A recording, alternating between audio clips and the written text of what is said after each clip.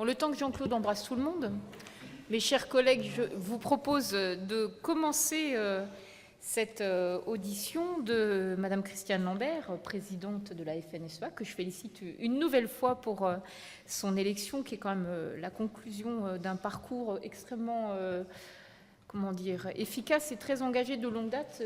Enfin, de longue date, vous êtes très jeune, hein. Mais quand même, moi, je vous ai effectivement connu dans des fonctions de vice-présidente très engagée, et donc c'est la conclusion aussi d'un parcours au service de l'agriculture. Vous êtes accompagnée de Jacqueline Cottier, qui est présidente de la commission des agricultrices de la FNSEA. Et pour nous, alors votre audition, mesdames, est importante, avec d'ailleurs Jean-Claude Lenoir, président de la commission des affaires économiques, nous a rejoint pour toute la durée de l'audition. Non. Nous avons une réunion PAC. Tu as une réunion PAC après. Bon, des petits sujets. Et votre audition, effectivement, est très importante, comme on l'a vu à l'occasion du colloque que nous avions organisé, parce que le sujet plaît. Le sujet intéresse énormément les sénatrices et les sénateurs, et plus il est creusé, plus on découvre de nouvelles questions. Parce qu'en plus, moi, ça me fait particulièrement plaisir que ce soit vous que vous soyez présidente de la FNSEA. C'est quand même un très beau signal aussi, même si, comme je le disais, c'est quand même le fruit de vos compétences et de votre parcours, mais c'est un très beau signal qu'une femme soit présidente de la FNSEA. Autre signal, tous les groupes politiques sont représentés dans le cadre de l'élaboration de ce rapport, puisque nous avons donc Annick Billon de l'UDI, je ne sais pas si elle va arriver, elle doit arriver, Corinne Bouchou pour les écologistes, Brigitte Gontier-Morin pour les communistes, qui était présidente aussi de la délégation, Françoise Laborde pour le RDSE qui va arriver, Didier Mandeli qui s'est excusé pour les Républicains, Marie-Pierre Monnier pour le groupe socialiste. Donc notre colloque a eu lieu le 22 février. Depuis, il y a eu donc des travaux qui se sont poursuivis au cours du mois de mars et d'avril. Il y a eu notamment 2 tables rondes sur l'enseignement agricole, la formation, et une autre sur les questions sociales. Il y a eu 2 déplacements dans la Drôme et dans la Vendée la semaine passée, et encore 2 autres qui sont prévus à Toulouse et en Bretagne. Et notre objectif, c'est assez ramassé comme temps de travail, parce que l'objectif est que nous puissions présenter les conclusions de ce rapport au mois de juillet, ce qui devrait être pile poil comme ça dans la tête des nouveaux députés et dans la tête des futures sénatrices et des futurs sénateurs, puisque le Sénat se renouvelle par moitié au mois de septembre, et comme ça ils auront bien l'ensemble des propositions en faveur des agricultrices et donc de l'agriculture en général dans le début de leur mandat. Tous les témoignages qui ont été recueillis, et puis à l'occasion de cette table ronde, ont pu souligner les difficultés que rencontrent les agricultrices pour financer leurs projets d'installation en matière de protection sociale, en matière de statut, en matière de retraite en particulier. C'est-à-dire que l'agriculture est déjà effectivement un métier difficile, mais pour les agricultrices, il y a de doubles difficultés qui se conjuguent. Nous nous sommes, comme je vous le disais tout à l'heure, beaucoup intéressés à leur accès à la formation continue, aux leviers pour leur permettre de s'engager au niveau des instances agricoles, sujet que vous connaissez particulièrement bien, et puis à la question de la conciliation des temps de vie, notamment des temps familiaux et des temps professionnels. Donc on aimerait vous entendre sur beaucoup de sujets. Alors j'ai une liste de questions, je ne vais pas toutes les passer parce que il nous faudrait une petite heure, et le président Jean-Claude Lenoir souhaite sans doute dire un mot, et il nous a déjà dit qu'il souhaitait nous abandonner. Donc j'ai beaucoup de questions quand même à vous poser. Déjà, peut-être que vous puissiez présenter les actions déjà engagées, notamment par votre prédécesseur, pour améliorer la situation des agricultrices et l'égalité femmes-hommes au sein du secteur agricole. Comment vous souhaitez poursuivre cette action. Peut-être d'ailleurs ce sera intéressant, puisque comme je citais l'accès aux responsabilités, ce sera intéressant que vous puissiez nous présenter votre parcours ou vos parcours assez hors du commun. Et à l'issue donc de votre présentation, les sénateurs, enfin les sénatrices, poseront des questions ou feront part de leur réaction. On est vraiment dans l'idée d'avoir un échange pendant cette table ronde, pendant cette audition, pardon. Je ne sais pas si on a prévu une durée. Bien. Bon. On va se fixer bien 2 heures. D'accord. Alors, je vais peut-être laisser la parole à Monsieur le Président avant de Merci Madame la Présidente pour votre bienveillance. Je voudrais d'abord saluer Christiane Lambert et la féliciter pour son élection à la présidence de la Fédération nationale des syndicats d'exploitants agricoles. Elle succède à Xavier Belin, qui était pour nous un interlocuteur avec lequel nous avons beaucoup travaillé. Christiane a été très proche de lui. Sa disparition nous a, vous le savez, beaucoup touchés.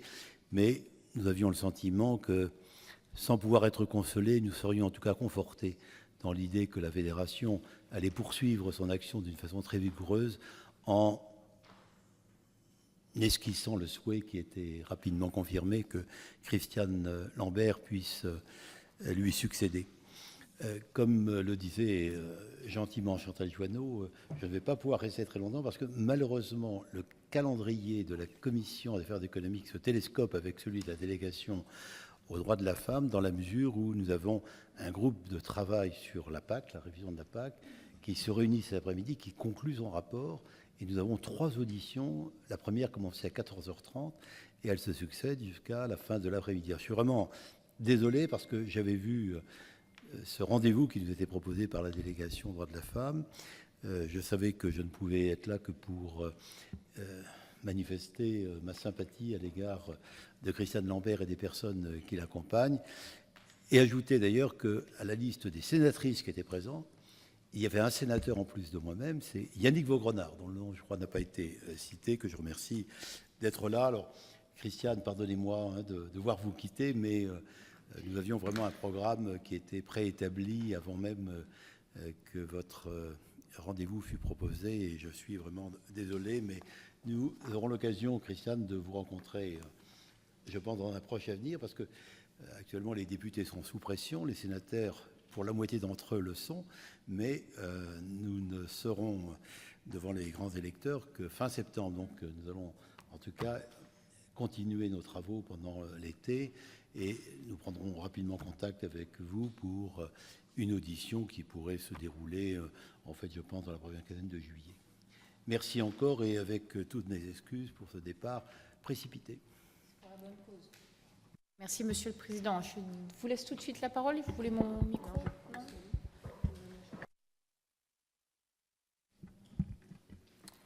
Merci beaucoup. Mesdames les sénatrices, Messieurs les sénateurs, merci beaucoup pour l'invitation que vous avez faite pour intervenir devant vous. Je suis très sensible à cette invitation et je voudrais dire à Chantal Joanneau que j'apprécie son travail. J'ai été aussi impressionnée de la voir évoluer dans des milieux d'hommes assez particuliers lorsque vous étiez au ministère de l'écologie. Nous avions eu l'occasion de nous y côtoyer puisque je suivais à l'époque les dossiers de l'environnement à la FNSEA. Je voudrais associer aussi à ces remerciements Jacqueline Cottier, qui m'accompagne, qui est présidente de la Commission nationale des agricultrices, qui est également du département du Maine-et-Loire, et Nadine Normand, qui est chargée des relations avec les parlementaires, qui est une femme aussi à la FNSEA, et nous avons aussi une directrice. Donc finalement, la FNSEA est assez moderne dans son fonctionnement, puisqu'il y a beaucoup de cadres femmes aujourd'hui, et donc direction et présidence sont assurées. C'est une première aussi par de femmes. Pardonnez-nous, messieurs, mais quand on est entre femmes, on se dit des choses qu'on ne se dit pas ailleurs. C'est assez rare, donc on s'en réjouit. Un salut particulier aussi à Corinne Bouchou, qui est aussi du Maine-et-Loire et que j'ai l'occasion de côtoyer, puisque dans le Maine-et-Loire, la FDSEA a l'habitude d'inviter tous les trimestres les parlementaires pour venir échanger sur les problématiques agricoles. Et vous êtes très souvent fidèles et vous êtes aussi très curieuse des sujets. Ce n'est pas commun qu'une sénatrice d'Europe Écologie Les Verts soit à nos côtés, mais nous avons des discussions très constructives parce que vous êtes très prompt à rentrer dans les dossiers et on a très souvent des points d'accord et je m'en réjouis. Voilà, alors je crois qu'au regard des obligations des uns des autres, on peut se fixer jusqu'à 15h45. Oui, très bien. Voilà, si vous devez enchaîner avec une autre séance ensuite. Donc je vais faire une présentation, puis après nous aurons l'occasion d'échanger. Je suis toujours surprise lorsqu'on me félicite pour l'accession à ce poste de responsabilité, parce que je n'ai pas l'impression d'avoir fait des choses exceptionnelles. J'ai la chance d'être née dans un bon berceau, puisque mes 2 parents étaient militants à la JAC, Jeunesse agricole chrétienne. Papa était responsable des garçons et maman était responsable des filles. Et donc très tôt, dans la famille et dans l'exploitation, nous avons eu à travailler, à mettre la main à la pâte, comme on dit, pour donner un coup de main, mais aussi pour écouter, pour recevoir des gens qui venaient demander des services et qui étaient toujours très bien reçus. Et mes parents avaient une prédisposition d'esprit qui était vraiment l'ouverture d'esprit, l'empathie. Et c'est ainsi aussi que j'ai été élevée dans ce contexte-là. Dans les années 60, où les agriculteurs ont connu aussi une énorme promotion sociale avec les lois de 60-62 qui ont permis à l'agriculture de se développer et qui ont fait que des agriculteurs partant sur des petites exploitations ont pu évoluer, se développer, se moderniser et améliorer leur situation.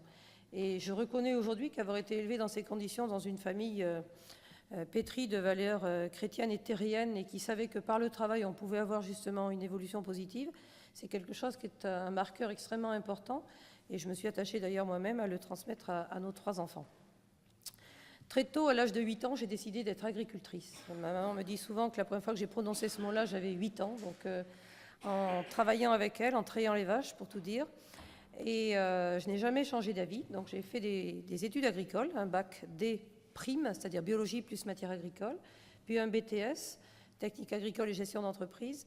Et je mesure aujourd'hui combien je dois à mes parents d'une part et mes enseignants d'autre part de m'avoir botté les fesses pour poursuivre et ne pas m'arrêter au bac à 17 ans, mais vraiment acquérir une formation agricole alliant technique et gestion et qui permet justement d'avoir la bonne appréhension de l'exploitation agricole d'une part, mais aussi des grands sujets agricoles qu'on est amené à traiter ensuite dans les organisations agricoles. Et je le dis aussi parce qu'en écho à ce que porte Jacqueline Cottier, très souvent les freins à l'engagement pour les agricultrices, c'est le sentiment de ne pas avoir suffisamment de bagages agricoles et techniques, venant à l'agriculture parfois autrement que par la formation agricole. La formation est quelque chose de capital, doublé d'une capacité à se rendre disponible et à savoir s'exprimer ou être en capacité de s'exprimer devant des salles en public et apporter des dossiers. Des études agricoles et puis la chance aussi dans une école qui avait pour leitmotiv l'ouverture d'esprit et l'esprit de synthèse. Nous avions très souvent à aller rencontrer des socioprofessionnels, rencontrer des dirigeants qui portaient des responsabilités et à nous construire nous-mêmes sur la base de ce que nous allions chercher à l'extérieur. Ce n'était pas un savoir descendant, professoral vers élève, mais c'était vraiment une énorme ouverture d'esprit. Et c'était aussi des jeunes étudiants en classe de BTS, 100 étudiants, 4 filles, 8 filles, 100 étudiants et 8 filles. Donc c'était déjà dans un milieu où la mixité c'est assez disproportionné. Donc je n'étais pas perdue puisque j'étais habituée très tôt à être dans ces milieux très masculins. Mais par contre, des jeunes venant d'une quarantaine de départements français, et pour moi qui n'avais jamais voyagé en dehors de l'exploitation familiale, puisque mes parents ne prenaient pas de vacances, ça a été d'un coup d'un seul la découverte d'agriculture de toute la France au travers de ces jeunes étudiants. Et ça m'a énormément apporté, ça m'a rendue extrêmement curieuse, ça m'a donné encore plus envie d'aller vers les autres et de découvrir tout ça. À 17 ans, le bac, à 19 ans, le BTS en poche, installation à 19 ans, pile, enfin 19 ans plus 5 jours, reprise d'une exploitation voisine de celle de mes parents. J'ai travaillé avec mes parents. Et très vite, j'ai senti le besoin d'aller vers les autres, parce que là, du coup, quand on arrive dans une exploitation agricole dans le Cantal et qu'il n'y a pas de voisins jeunes et qu'on est totalement isolé, le choc est terrible. Passer de la vie étudiante à la vie seule sur son exploitation, c'est très, très, très difficile. Donc, première invitation à participer à une réunion des jeunes agriculteurs, j'y vais en octobre. Et en février, c'est-à-dire quelques mois plus tard, j'ai été élue présidente du Centre cantonal des jeunes agriculteurs. À l'époque, la limite des 35 ans faisait qu'à 35 ans, tout le monde quitte. Les responsables du moment étaient âgés et ils m'ont accueilli à bras ouverts. Et à 19 ans et demi, ils m'ont confié la présidence du CCJA. Première responsabilité. Et mon premier réflexe a été d'aller me former à l'IFOCAP, l'Institut de formation des cadres paysans, qui est une école pour formation pour adultes et pour les salariés agricoles, créée par Michel de Bâtisse en son temps, qui a été un très grand dirigeant agricole. Et mon premier stage a été prendre la parole en public et piloter une réunion. Vous voyez que c'était assez original, voilà, que vous connaissez bien aussi. Et puis parce qu'il y a une originalité dans notre organisation, dans nos organisations agricoles, c'est que il y a une vice-présidence féminine statutaire. À l'époque où le CNJ a été créé, et la FNSEA aussi, il y avait des courants, des mouvements responsables femmes, responsables hommes, et donc le choix a été fait d'une vice-présidence féminine statutaire qui a permis à beaucoup de femmes d'accéder aux responsabilités. Plus souvent, elles ont été aspirées, elles ont été convaincues, elles ne se sont pas jetées sur les responsabilités, mais elles ont finalement accepté de s'engager, parce que les femmes sont plus difficiles à convaincre de prendre une responsabilité pour diverses raisons. Mais le fait qu'il y ait cette vice-présidence féminine statutaire a permis à plus de femmes de s'engager et finalement, après, de s'épanouir et puis d'accéder peut-être à d'autres dossiers. Elles rentraient par le canal agricultrice et puis elles arrivaient ensuite à d'autres dossiers. Me concernant, je n'ai jamais suivi la voie Commission nationale des agricultrices, mais j'ai toujours porté des dossiers, prioritairement l'installation et le financement, l'installation des jeunes agriculteurs et le financement des exploitations, et puis aussi certains dossiers économiques que j'ai pilotés aussi. En responsabilité au CDJA du Cantal, très vite j'ai été aspirée par le niveau régional, puisque les régions ont été créées en 1986, et j'ai été élue présidente du CRJA Auvergne en 1986. C'était la création des régions à l'époque, et j'étais la première présidente du CRJA Auvergne. Mais comme j'avais entre-temps rencontré un éventuel potentiel futur agriculteur du Maine-et-Loire, nous avons décidé de quitter le Cantal, mon département d'origine, pour reprendre l'exploitation de ses parents à lui, puisqu'il était mordu de production porcine. Et donc, en 1986, j'ai stoppé toutes mes responsabilités dans le Cantal et je suis partie dans le Maine-et-Loire. On repart de zéro. Et j'ai profité de cet intermède, et vous comprendrez bien, mesdames, pour avoir un premier enfant, Guillaume, qui est né en 1989, puis repris peu à peu des responsabilités, parce que le syndicalisme agricole et le monde agricole est quand même une grande famille où les gens se repèrent, se connaissent et s'estiment. Et j'ai très vite été très bien accueillie dans le département du Maine-et-Loire par les responsables de l'époque, Jean-François Cognier et Jean-Marc Lézé, qui sont aujourd'hui encore en responsabilité, qui m'ont fait une place dans leur équipe départementale. Ne voulant pas monter tout de suite au niveau national, bien qu'appelé, j'ai fait le choix de m'impliquer d'abord dans le département du Maine-et-Loire. Thibault est né en 1991, parce qu'il faut placer les maternités entre les responsabilités. Et c'est seulement en 1992, lorsque Thibault avait 1 an et Guillaume 3 ans, que j'ai accepté un mandat national. Et c'est à ce moment-là que s'est posée la question du remplacement. Parce que quand on est responsable professionnel agricole, on a une exploitation, c'est la base. On est élu dans son département, c'est aussi la base. Et les réunions se passent à Paris, donc c'est voiture, TGV, métro, et c'est 3 heures de porte-à-porte. Et quand les réunions commencent à 9 h et qu'il faut partir donc à 6 h du matin, il faut trouver des solutions garde d'enfants qui ne sont pas courantes à la campagne, puisqu'il n'y a pas partout des crèches, des possibilités de halte garderie ou autre. Et ce qui a été déterminant pour la disponibilité, il y a eu 2 choses, et ce sont 2 hommes qui ont joué un rôle déterminant. D'abord mon mari, qui a tout de suite partagé et qui m'a incité à dire oui là où j'étais sollicitée, en disant « tu as envie de le faire, tu as les prédispositions pour le faire et tu es appelé à le faire, fonce, on s'organisera ». Et ça a été le président du CDJA de l'époque, Jean-Marc Lézé, qui m'a proposé d'avoir comme agent de remplacement pour me remplacer sur l'exploitation, non pas un garçon pour travailler dans les porcheries, mais une jeune femme pour s'occuper de Guillaume et Thibault qui avaient 1 an et 3 ans.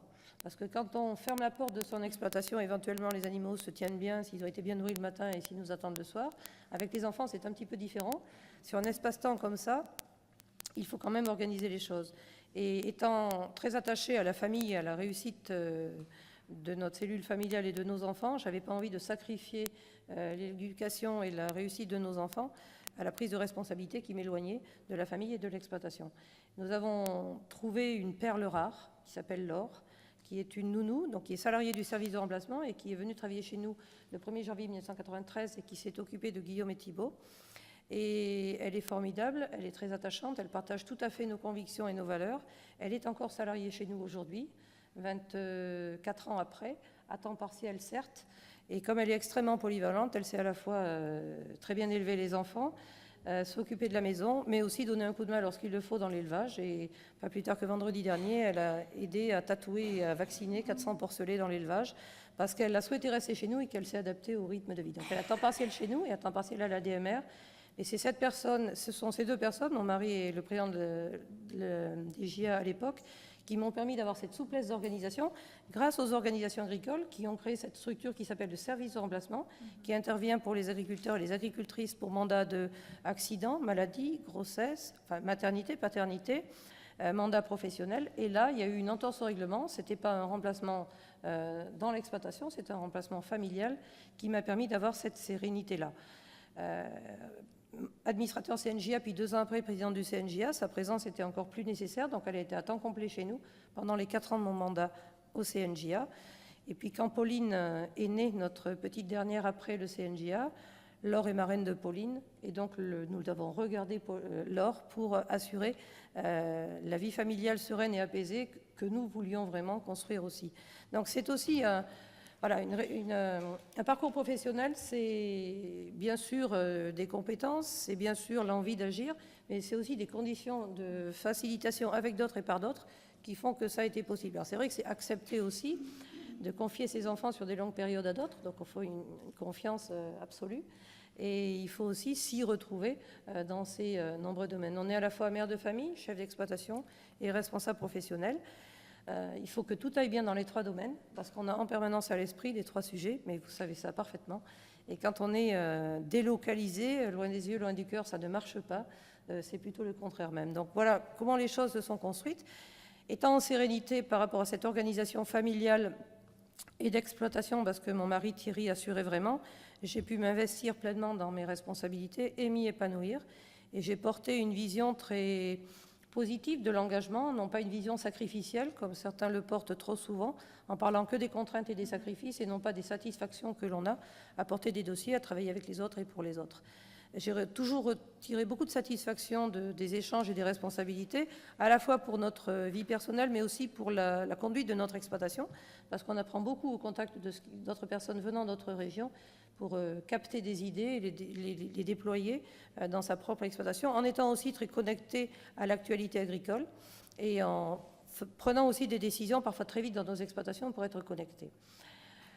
Présidente du CNJA de 1994 à 1998, également première femme présidente du CNJA, ce qui avait à l'époque amené un énorme coup de projecteur sur l'agriculture, un coup de projecteur très positif dont nous avions bénéficié pour porter nos dossiers vis-à-vis des différents ministères et relancer la dynamique de l'installation des jeunes agriculteurs.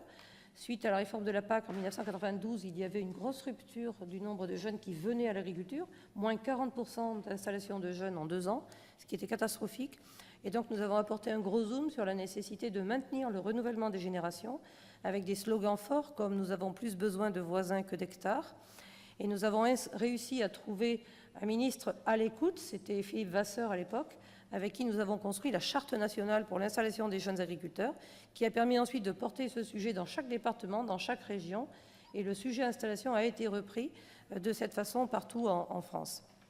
Il y a eu des résultats puisqu'il y a eu un tassement, il y a eu un arrêt de la baisse et un tassement du nombre d'installations. Donc on voyait en même temps que notre engagement les résultats tangibles avec des jeunes qui revenaient à l'agriculture, un message beaucoup plus positif vis-à-vis de l'installation.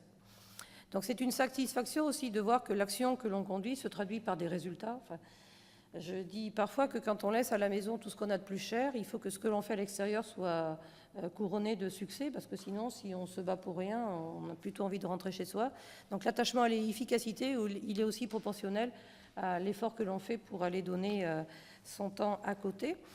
J'ai tout arrêté en 1998, atteinte par la limite d'âge, comme disent nos statuts, c'est-à-dire ayant dépassé le cap fatidique de 35 ans.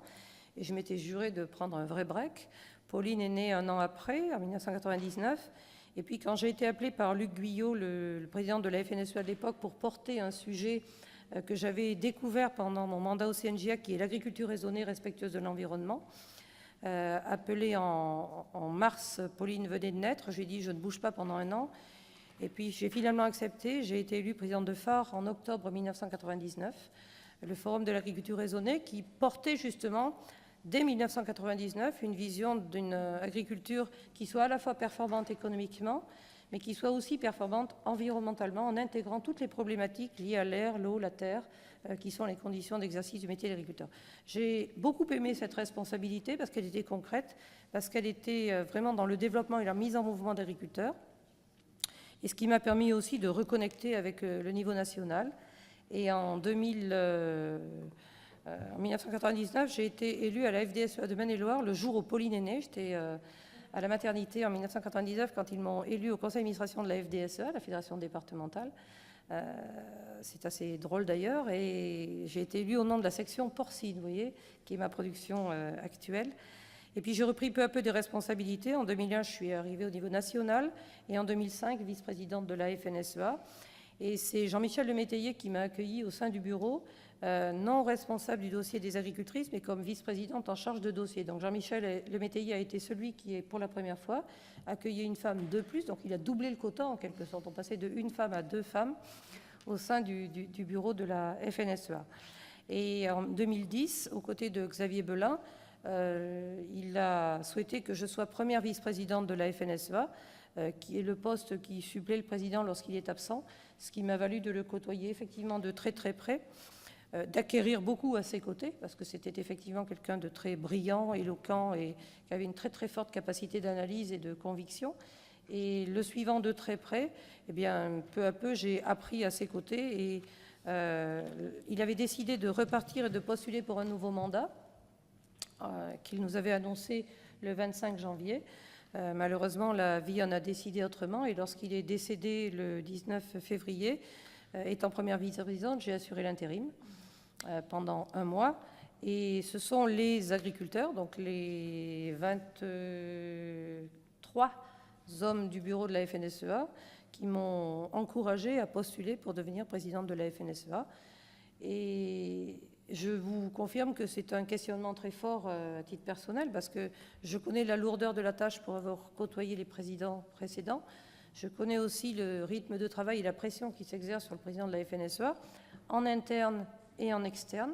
Et Dieu sait si Xavier a souffert de la pression externe, tant il y a eu contre lui un acharnement totalement injustifié quand on connaissait sa personnalité. Mais c'est ainsi. Et donc, après hésitation et échange familial, j'ai accepté cette proposition. J'ai candidaté, j'ai donc été élue le 13 avril pour un mandat de 3 ans. Donc voilà comment les choses se sont passées. Alors, Jacqueline pourra en témoigner, mais à l'intérieur, ça ne surprend pas tant que ça les adhérents et les fédérations. Par contre, alors pour l'externe et pour les journalistes notamment, c'est sensationnel, c'est extraordinaire. Mais comment les agriculteurs choisissent une femme? Enfin, ils découvrent qu'il y a des femmes dans les organisations agricoles quand tout d'un coup une apparaît au devant, alors qu'il y a pas mal de femmes dans nos organisations agricoles. Et d'ailleurs, c'est grâce à Xavier Belin qu'il y a 6 ans maintenant, il a été décidé que lors des élections aux chambres d'agriculture, qui sont le test de représentativité, eh bien, il y ait 30% de femmes sur les listes qui sont des listes syndicales, 30% de femmes sur les listes pour les élections aux chambres d'agriculture. Et ce n'est pas 14 hommes et puis cette femme, c'est bien 2 hommes, une femme, 2 hommes, une femme, 2 hommes, une femme, jusqu'au 21e. Et cette parité-là, qui est vraiment la parité agricole, nous va bien. Le 50-50 serait compliqué parce qu'il ne correspond pas à la démographie agricole, puisque 25% des femmes sont chefs d'exploitation, 25% des agriculteurs sont des chefs d'exploitation femmes, et 33% des actifs agricoles sont des femmes. Donc le 50% qui pourrait dire parité parfaite ne correspondrait pas à la démographie de notre profession, mais voilà, il faudra qu'on arrive à convaincre le ministère à ce moment-là. Donc voilà rapidement brosser le parcours. Sur les motivations, elles peuvent se résumer en 2 mots, c'est défendre et promouvoir l'agriculture. Défendre parce que nous avons un rôle de syndicat pour porter les intérêts et défendre les intérêts des agriculteurs face à certaines évolutions ou dans certains débats parfois compliqués. Et promouvoir parce que l'agriculture est un métier qui a énormément évolué, mais qui est teinté d'images très différentes selon les personnes qui en parlent.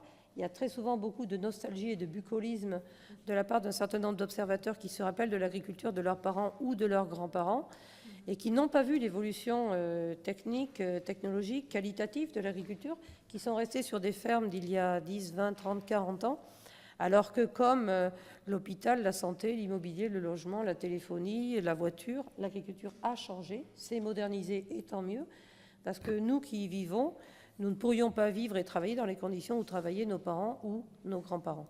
Et ce qu'amènent les jeunes aujourd'hui qui s'installent, j'ai 55 ans, ce qu'amène aujourd'hui la jeune génération qui arrive dans les exploitations agricoles va encore faire une marche importante de modernisation en intégrant beaucoup plus de travail par délégation, de robotisation, qui permet justement d'alléger certaines contraintes et d'amener aussi plus de précision dans les interventions, ce qu'on appelle l'agriculture de précision, de vente en direct, de vente en ligne, des choses qui n'existaient pas il y a 20 ans, mais l'agriculture vit avec son temps, évolue et intègre toute cette modernité.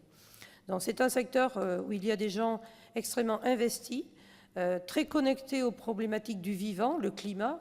Je vois que vous tirez un joli rideau quand il y a trop de soleil. Notre entreprise à nous n'a pas de toit, mais 106 hectares sont au grand air, c'est-à-dire que la grêle demain matin, je n'ai plus rien. La sécheresse demain, tout est dévasté. Cette connexion au climat fait aussi qu'il y a une grande vulnérabilité chez les agriculteurs, qui fait aussi qu'il y a beaucoup d'émotions parfois dans la façon d'exprimer les choses. La sécheresse est ressentie différemment quand on a 106 hectares ou quand on a un jardin potager, c'est évident. Mais ce qui fait aussi qu'il y a de vraies satisfactions dans ce métier-là.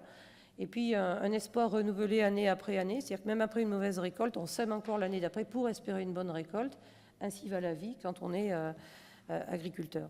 Mais il en est de même quand on est responsable professionnel ou élu. On n'a pas toujours satisfaction sur tel ou tel dossier, mais on repart à la discussion, à l'échange pour essayer justement de progresser. Voilà, alors pour terminer, je dirais que ma maman a choisi d'être agricultrice et s'est installée en 1959 en épousant son mari. Elle est devenue agricultrice par le mariage. Le mot agricultrice est rentré dans le Petit Larousse en 1961. Avant, il n'existait pas. Donc c'est seulement depuis 1961 que le mot agricultrice est rentré dans le Petit Larousse. C'est l'année de ma naissance, donc c'est assez symbolique, j'y attache de l'importance. C'est en 1988 que grâce au travail mené par les agricultrices du CNG et de la FNSEA, il y a eu un statut plein et entier pour les agricultrices, puisqu'auparavant elles étaient conjointes d'exploitants, elles n'avaient pas de statut. Donc il y a eu le statut d'agricultrice puis le statut de conjoint collaborateur. Et ce qui est original, c'est que comme je m'étais installée célibataire à 19 ans, dans notre exploitation, c'est mon mari qui a bénéficié de l'avancée obtenue par les agricultrices pour devenir, il était conjoint collaborateur, et donc nous sommes devenus co-gérants de notre exploitation dans une EARL en 1988.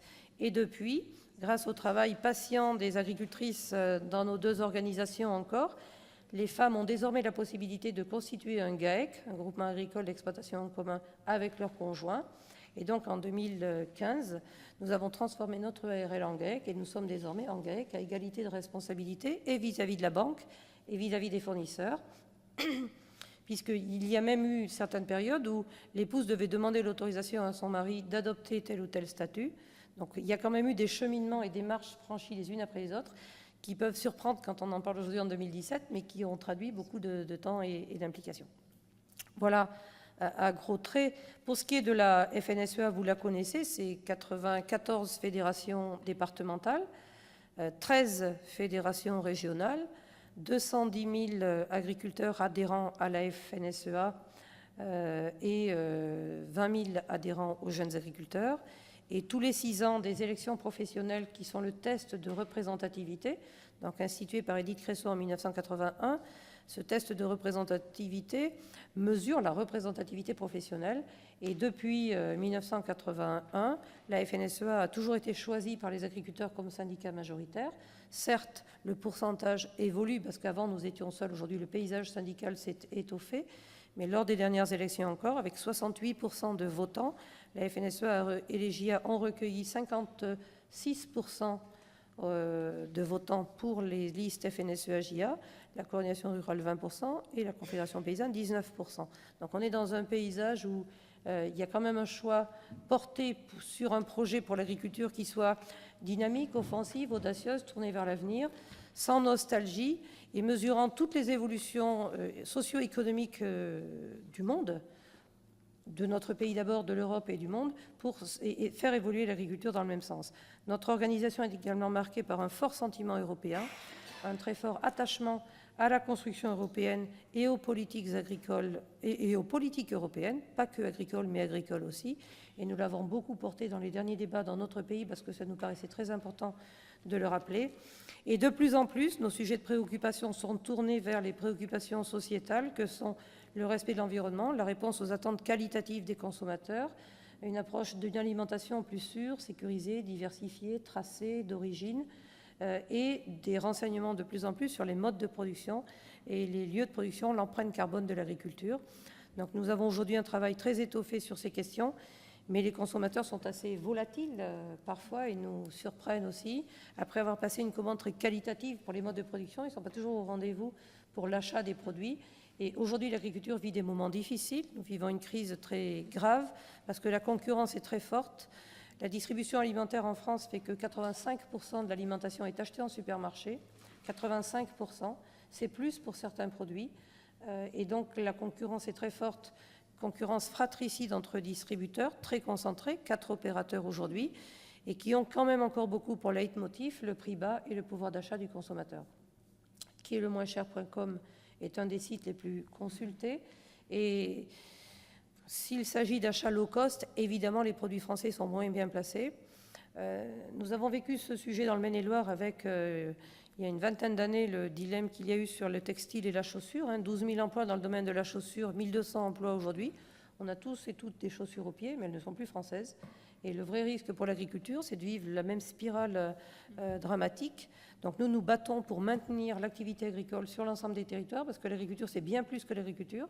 C'est l'alimentation, les territoires, les paysages, les emplois, la gastronomie, le rayonnement. L'agriculture, c'est constitutif de l'identité française et du rayonnement français.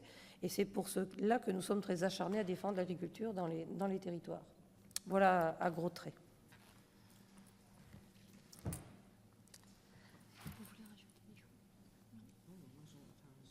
C'est que je pense que pour les agricultrices, je voulais te le redire, Christiane, mais surtout là, je pense que c'est important. C'est un message fort d'avoir Christiane comme présidente de la FNSEA.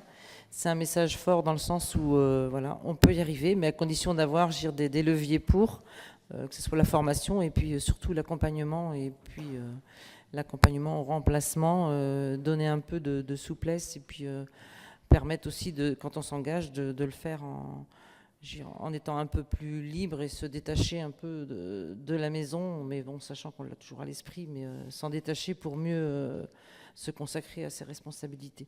Mais je pense qu'avant tout, c'est un message fort pour nous. Voilà. Merci Christiane déjà pour tout ce que tu fais. Merci beaucoup pour ce témoignage très transparent et donc du coup très sincère. Alors j'ai déjà Corinne Bouchou qui souhaitait intervenir. N'hésitez pas à lever. Mesdames les présidentes, on ne peut jamais dire ça ici, mesdames les présidentes, madame la présidente de la commission, madame la présidente de la FNSEA, moi j'avais 2 questions à vous poser. La première, je sais que ça vous tient très à cœur, c'est tout ce qui a trait à la formation dans l'agriculture comme dans énormément de secteurs. En fait, les femmes sont beaucoup plus contributeurs financières que bénéficiaires. Et donc, j'aurais voulu savoir si vous aviez des idées de ce qu'on pourrait faire pour faire levier et développer les formations des agricultrices, dont vous nous avez bien montré qu'elles étaient le ressort ou d'une évolution professionnelle ou d'une évolution tout court dans la vie. C'était ma première question. Ma deuxième question, et elle n'est pas qu'anecdotique, ne pensez-vous pas qu'à l'avenir, indépendamment des différentes sensibilités que vous avez bien signalées lors des élections professionnelles, on risque de voir se développer, on va dire, je ne veux pas parler de clivage, mais une différence entre les agricultrices qui sont issues de familles d'agriculteurs et on va dire qui ont une imprégnation familiale de ce qu'est l'agriculture, de son histoire, de ses codes, et d'autre part, on va dire, des nouvelles venues et des nouveaux venus, dont on voit bien, pour en avoir côtoyé quelques-uns, qu'ils ont de l'enthousiasme, beaucoup de générosité, et parfois même un très bon niveau d'instruction, mais que, j'allais dire, tout ne s'apprend pas dans les livres, et est-ce qu'à l'avenir, ça vous préoccupe ou pas, cet équilibre entre tous ces nouveaux qui viennent s'installer, qui sont hors, on va dire, habitus du milieu de l'agriculture. Voilà mes 2 questions, Madame la Présidente, et merci beaucoup d'être venue. Merci. Alors j'ai noté également Annick Billon, Catherine Procassia, Marie-Vonne Blondin, et puis après on fera une deuxième salle via notamment Monsieur Vaugrenard qui voulait intervenir. Merci Madame la Présidente d'être venue nous voir également. Merci à Jacqueline Cotier qui nous a accompagnés la semaine dernière lors d'un déplacement de la délégation aux droits des femmes en Vendée. C'est vrai que ce déplacement était extrêmement apprécié de toutes les femmes agricultrices et qui a mis en exergue différentes problématiques. Et notamment, on parle beaucoup du statut du conjoint collaborateur, mais on s'aperçoit que même si le statut existe, il y a quand même des difficultés qui restent. Alors, ma question, ce sera quelles sont les limites, vous, que vous avez identifiées en tant que présidente de la FNSEA. Et également, moi, j'ai eu l'impression, pendant ces 2 jours passés au contact des agricultrices qui étaient toutes très volontaires, avec ma collègue Brigitte Gauthier-Morin qui était venue en Vendée pour l'occasion, et Valérie Douchez aussi, C'est vrai qu'on a l'impression que c'est autant en politique qu'on a l'impression de lutter souvent, nous les femmes, mais là j'ai l'impression que c'était un combat permanent pour gagner sa place, trouver sa place, faire reconnaître à la fois le statut, faire reconnaître aussi les droits. Lorsqu'on parle de remplacement, on a vu que les remplacements existent, mais ce n'est pas très souple. C'est-à-dire que dès qu'il y a un accro, le remplacement n'est pas possible. Il suffit que le congé maternité démarre un peu plus tôt que ce qui est prévu. S'il n'y a pas la famille, il n'y a rien qui est prévu. Je vois Jacqueline Cottier, présidente, qui acquiesce à côté. C'est vrai qu'on a vu qu'il y avait quand même beaucoup de difficultés et vraiment des femmes dans le dur, quoi. C'est-à-dire que ma collaboratrice qui regardait le reportage photo, elle me dit on a l'impression que c'est un combat permanent. Ces femmes, elles sont toujours dans la lutte, en fait, pour trouver leur place, pour gagner leur droit d'exercer leur profession en toute liberté. La difficulté aussi au niveau financement, la relation banque, c'est-à-dire que lorsque vous êtes une femme, que vous voulez vous installer, c'est plus difficile, semble-t-il, la relation avec le banquier que lorsque vous êtes un homme. La relation aussi dans la famille, prendre la succession des parents lorsqu'on est une femme, ça coule moins de sources que lorsqu'on est un homme. Mais vous nous avez dit que vous avez intégré votre mari, donc j'attends toutes vos réponses sur ces questions, Madame la Présidente, et merci d'être là aujourd'hui. Mais c'est vrai que le déplacement en Vendée a été très apprécié. Il y aura d'autres déplacements en Haute-Garonne la semaine prochaine, voilà, et en Bretagne aussi. Donc merci à toutes celles et tous ceux qui participent à ces déplacements, parce que les agricultrices, elles sont très sensibles aussi à cette reconnaissance et cette attention qu'on leur porte. Voilà.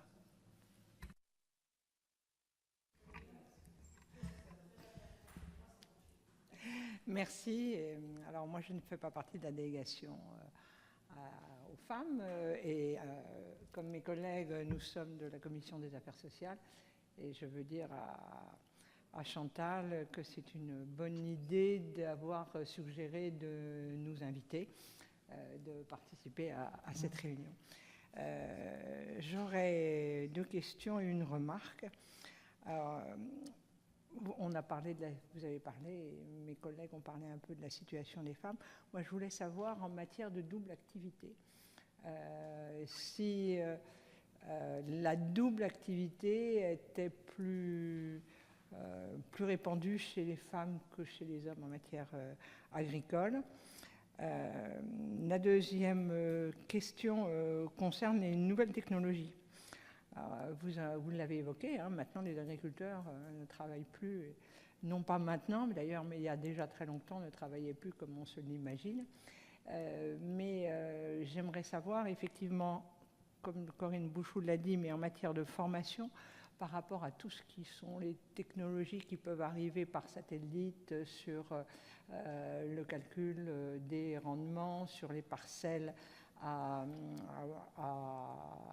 traiter, rendement à l'hectare, les pesticides, etc.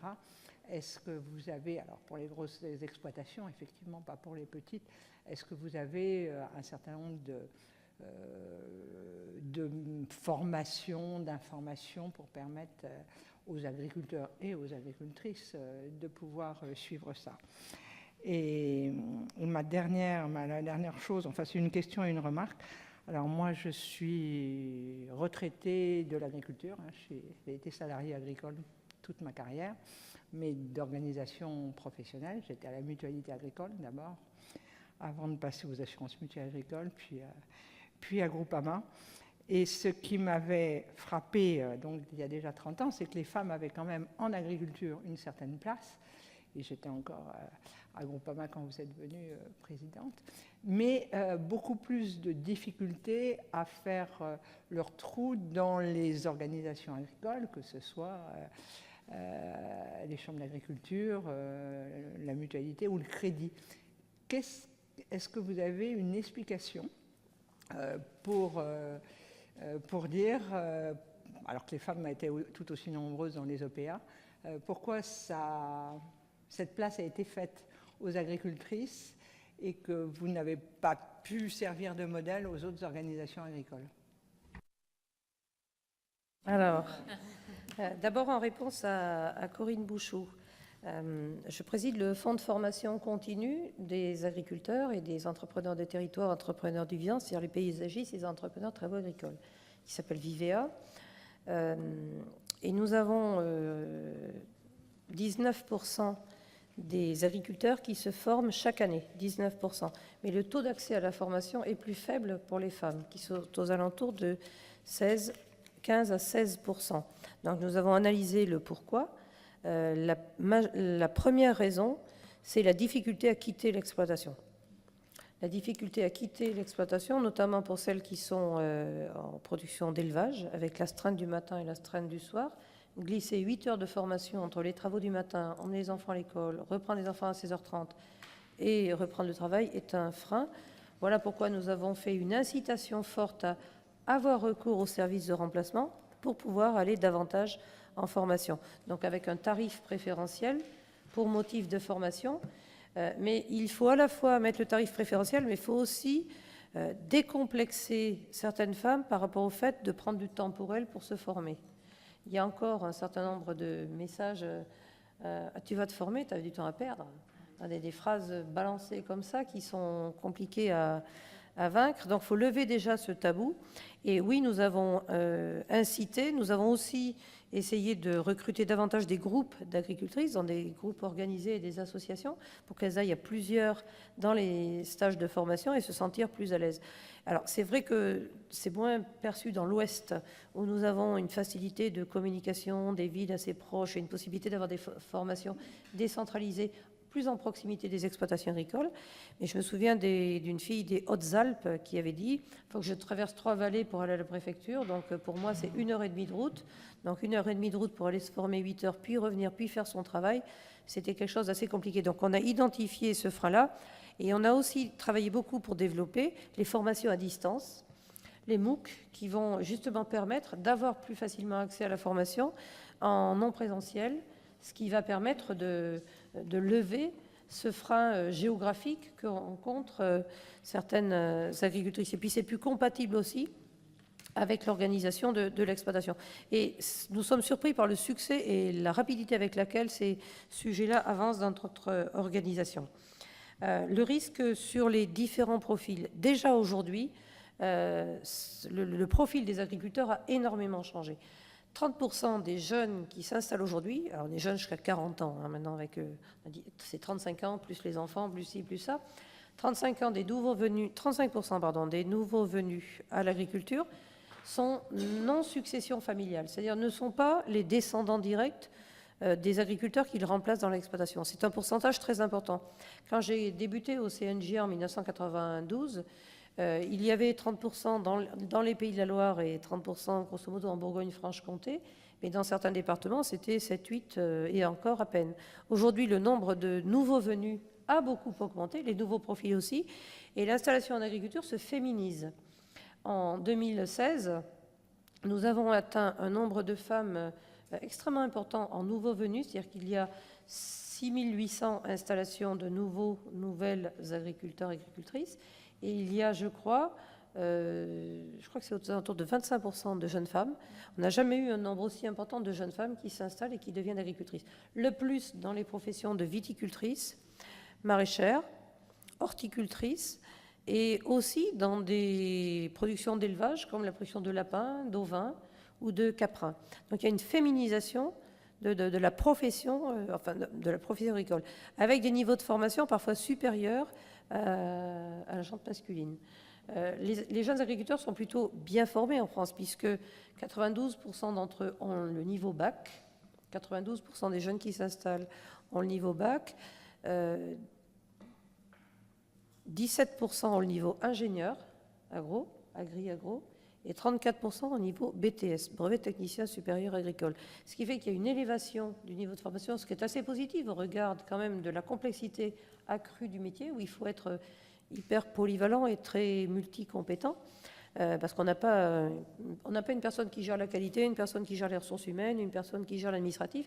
L'agriculteur doit chapeauter tout et être en capacité d'avoir tout en gestion personnelle. Donc, par contre, ce que l'on voit beaucoup aujourd'hui, c'est des nouveaux profils de retour tardif à la terre. C'est-à-dire des gens qui ont eu un autre métier et qui se disent j'ai envie de donner un sens à ma vie, j'ai envie d'avoir un métier de création. Et là, on voit des nouveaux venus. Et on le ressent, nous, au niveau du fonds de formation Vivea, parce que ce sont des gens qui arrivent avec certains bagages autres, mais un besoin de formation technique qui fait qu'ils viennent aujourd'hui beaucoup plus avec des demandes de formation pour se spécialiser, qui sur la gestion d'entreprise, qui sur le maraîchage, qui sur le cheval, etc., etc. Donc, on a les dispositifs pour les accueillir. On a multiplié par 2 les fonds consacrés à l'accueil des nouveaux venus, quand même, en l'espace de 5 ans, donc c'est considérable. C'était 4,5 millions, c'est 9 millions d'euros aujourd'hui consacrés à l'installation des jeunes agriculteurs dans le fonds payé par les agriculteurs. Mais oui, c'est vrai qu'il y a ces différents profils. Alors, aujourd'hui, les jeunes sont très foisonnants. Militent ou ne militent pas, zappent ou ne zappent pas. Et ça relook aussi complètement le profil des jeunes agriculteurs. Donc nous les voyons parce qu'ils ont l'âge de nos enfants, on les voit arriver, et c'est vrai que c'est un changement, mais c'est un melting pot extrêmement enrichissant, avec aussi une prise de recul vis-à-vis du métier et des attentes très clairement affirmées de séquencer le lieu de vie et le lieu de travail, le temps de travail et le temps de loisir, alors qu'avant tout était mêlé, la vie de famille, la vie professionnelle, les temps familiaux et les temps de travail, ça change beaucoup. Il y a aussi des exigences de résultats. C'est-à-dire que ce sont aussi des agriculteurs et des agricultrices qui n'accepteront pas de faire 3 années en revenu négatif et de rester quand même. Ça aussi, ça va changer. C'est-à-dire qu'il y aura des entrées et des départs beaucoup plus marqués. Les limites du statut de conjoint collaborateur, Jacqueline en parlera mieux que moi. Ce que je veux dire, c'est que sur ce sujet, oui, c'est vrai qu'il a fallu se battre. Il ne faut pas non plus dire que c'était des classes et que les hommes étaient hermétiques à tout, hein. Si on a réussi, c'est aussi parce que, bon, d'abord, il y a eu des femmes avec des vraies personnalités dans les femmes qui nous ont précédées à la tête des organisations, et parce qu'il y a eu des hommes responsables en responsabilité en ce moment-là qui ont écouté.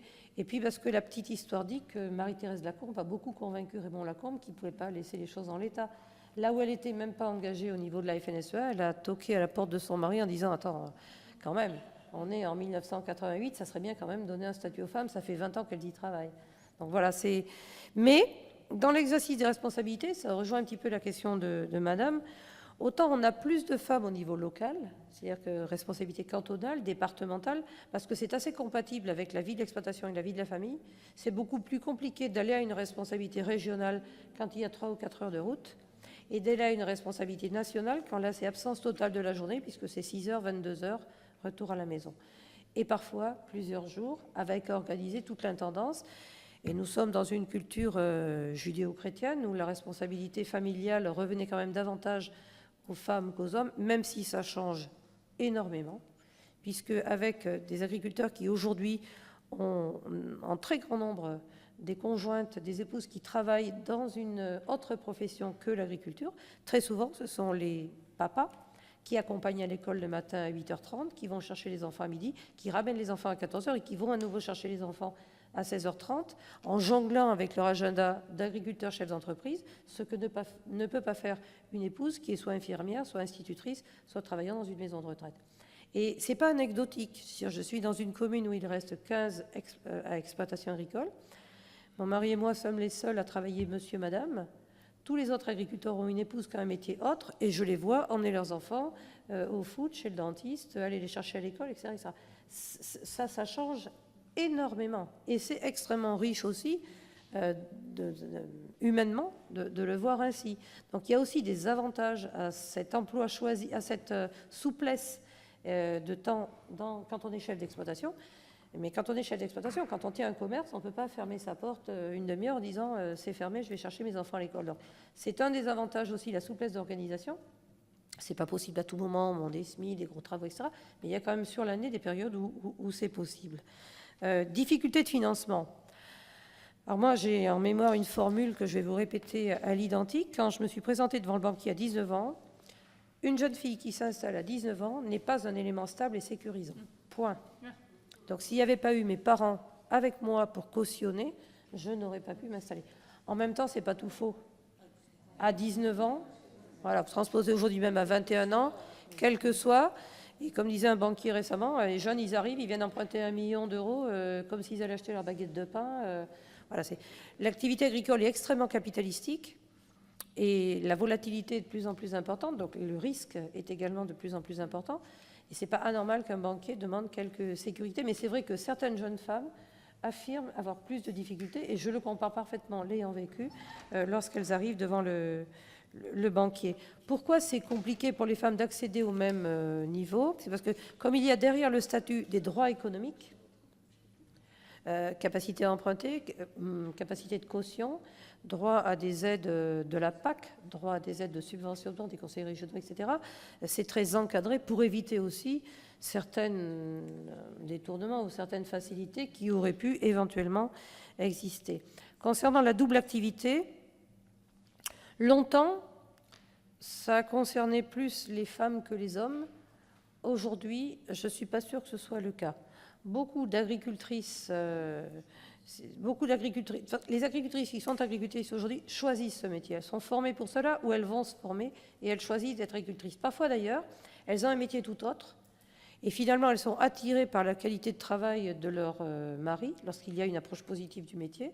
Et puis elles décident à 30 ans ou à 27 ans de dire finalement c'est quand même plus sympa pour élever les enfants, avoir une qualité de vie à deux, de travailler tous les deux. On développe l'exploitation. Elles amènent un atelier sur l'exploitation ou de la vente directe ou un autre atelier, production de lapins, de poulets, un atelier à leur goût. Elles quittent leur métier et elles deviennent agricultrices en passant par une case formation pour remise à compétence quand même, parce qu'on ne s'improvise pas éleveur ou maraîcher. Et après, ça dépend aussi beaucoup de l'endroit où l'on habite. Quand on habite en Haute-Marne, c'est beaucoup plus difficile d'être pluriactif, parce qu'il faut faire 70 km pour aller travailler. Dans les zones peuplées et plus dynamiques, mais ça nous ramène à un autre débat qui ont fait commentaire au soir de l'élection présidentielle. Dans les zones dynamiques ou dans les zones en recul, l'approche est complètement différente. Et donc, le célibat ou le travail pour le conjoint ou la pluriactivité qui permet aussi de faire bouillir la marmite un petit peu plus. Jacqueline, peut-être sur les difficultés du moment et les agricultrices qui quittent pour faire bouillir la marmite. Vous y aviez travaillé. Par rapport à ça, c'est celle qui quitte le métier, mais moi, c'est pour faire un peu le parallèle avec les agricultrices, parce que je les appelle comme des agricultrices qui sont sans statut, mais finalement elles quittent le statut d'agricultrice et elles travaillent à l'extérieur, mais il n'empêche que souvent l'exploitation est restée avec la même dimension et elles continuent de travailler donc sur l'exploitation. C'est là où il peut y avoir un complément, puis qu'on les alerte un petit peu sur les risques qu'elles peuvent avoir en cas d'accident. Par rapport au statut, moi, ce que je voulais dire sur le statut de conjoint collaborateur, moi je vois ça comme une période transitoire qui peut pas. Je pense que c'est souhaitable qu'elle ne le dure pas dans le temps, qu'on essaie de voir si ça peut pas être un peu, qu'on se donne un peu de temps et puis qu'à l'issue de ce temps-là, il y a une réflexion, voir quel progrès est-ce qu'on franchit le pas vers un statut plein et entier d'exploitante. Il faut que ça soit évolutif, il faut quand même qu'on puisse voir une progression au niveau du métier d'agricultrice, quand ça concerne les agricultrices. Un complément peut-être sur l'installation de jeunes filles, c'est vous qui l'avez dit. C'est impressionnant de voir comment aujourd'hui dans les écoles d'agriculture, en formation bac ou BTS, il y a beaucoup de jeunes filles qui veulent être agricultrices. Et pour connaître beaucoup d'agriculteurs qui ont une fille qui veut s'installer, il y a une vraie fierté aujourd'hui. La relation père-fille, je n'ai pas besoin de vous la décrire, vous connaissez pour celles qui sont concernées. Et c'est impressionnant de voir des témoignages extraordinaires. Et alors des jeunes filles taillées comme ça, avec des taureaux taillés comme ça. Aujourd'hui, le métier a beaucoup changé, mais la force physique est moins nécessaire qu'auparavant. C'est extraordinaire de voir aussi cette envie de jeunes filles d'aller sur des métiers présupposés être plus masculins alors qu'elles s'épanouissent complètement dans ces métiers. Et implication dans quelles organisations? La MSA est certainement la structure où il y a le plus de femmes au conseil d'administration.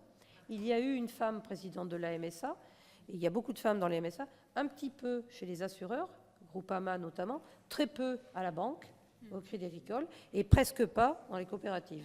Ce qui est pas bien du tout, parce que un président de coopérative, par ailleurs sénateur, Daniel Grémillet, me disait: j'ai fait rentrer 2 femmes au conseil d'administration de ma coop, mais qu'est-ce que ça a changé, le dialogue et le débat? Elles connaissent les chiffres par cœur, elles font la compta, ça amène un pragmatisme extrêmement fort. Alors, pardon messieurs pour ceux qui vont regarder la vidéo après, mais c'est Dixit, un éminent président de coopérative, par ailleurs sénateur.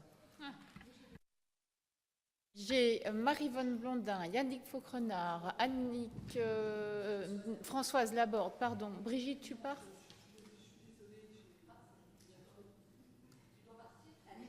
Ah pose ta question. Donc vous aurez 3 questions et demie. Et seconde et demie. Moi, je crois que ce n'est pas anodin qu'une femme soit présidente de votre fédération. On a besoin de symboles dans la société pour avancer, pour que d'autres s'identifient à la possibilité de le faire. Donc, voilà. Mais peut-être que c'est trop tôt pour vous poser la question, madame, mais je pense que vous rentrez dans cette fonction avec une dimension féministe, prenez-le au sens où je le dis. Pas suffragette, bien entendu. Mais est-ce que vous avez déjà réfléchi à quelques leviers que vous allez tenter de promouvoir pour un peu bousculer encore plus les murs Alors, on a évoqué la question de la formation, on a évoqué la question, bien sûr, des remplacements, du statut, de l'accès au foncier. Je ne redéveloppe pas. Mais quand même, moi, je suis frappée par... dans toutes ces visites que nous avons faites, ces rencontres que nous avons eues, d'abord, c'est la grande technicité du métier, la grande polyvalence, mais alors la difficulté à articuler tous les temps de vie quand même, la santé pour les femmes, la question des violences. Est-ce que vous avez des retours de ce point de vue-là? Est-ce que vous avez une action? La question de l'accès à la culture, le sport. Beaucoup nous ont dit... non, maintenant c'est plus possible, on est dans le dur, voilà. Donc, et vous avez fortement dit ce que tout le monde nous pensons ici, enfin ce que chacun pense ici, chacune pense ici, c'est qu'on ne veut renoncer à rien quand on est une femme. Donc voilà, comment on articule tout ça? Est-ce que tout ça va pouvoir se...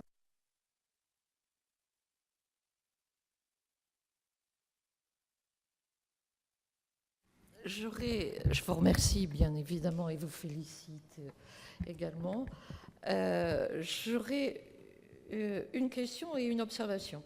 Vous avez évoqué l'importance pour vous vitale de la formation professionnelle. Et vous avez également parlé du profond attachement que votre fédération a vis-à-vis de l'Europe. Moi, je voudrais vous interroger sur la coopération internationale et sur toutes les actions que peuvent mener les AFDI en particulier à l'international et en Afrique, dans l'éducation évidemment et la formation des femmes surtout, parce qu'en Afrique, ce proverbe qui dit « éduque un homme, tu éduques une personne, éduque une femme, tu éduques un village ». Eh bien, à ce niveau-là, pour avoir beaucoup travaillé avec l'AFDI Bretagne et être en charge de la coopération décentralisée, j'ai mis en place des formations d'agricultrices surtout, à Madagascar, qui est un pays évidemment qui a des potentialités, mais qui n'a pas de formation. Quelle est votre position maintenant? Est-ce que vous allez toujours continuer à soutenir ce type d'action qui me paraît importante pour notre monde? Et deuxième point, ou une observation plutôt, je voudrais évoquer avec vous les groupements de valorisation des agricultrices dans les différents départements, qui font des choses absolument concrètes et utiles pour l'ensemble des agricultrices. J'en veux pour preuve, et tout à l'heure, Brigitte parlait des leviers pour attirer un petit peu les femmes. Eh bien, ce qui a été fait dans mon département, ça peut être ces vêtements coupés à la morphologie des femmes, et un gros travail qui a été fait avec les métiers de la mode dans un lycée du Paraclet, qui était la section métiers de la mode, et qui a après été développé avec une entreprise que vous connaissez certainement au niveau national, c'est Armor Luxe, qui fait les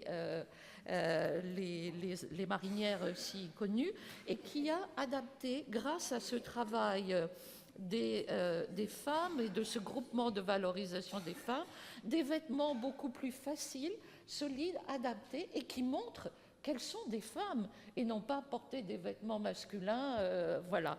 Et au SPACE à Rennes, ça devait être en 2006 ou 2007, il y a eu cette présentation de cette tenue-là, et je crois que ça, c'est aussi un élément qui marque donc la volonté d'affirmer le rôle des femmes en agriculture.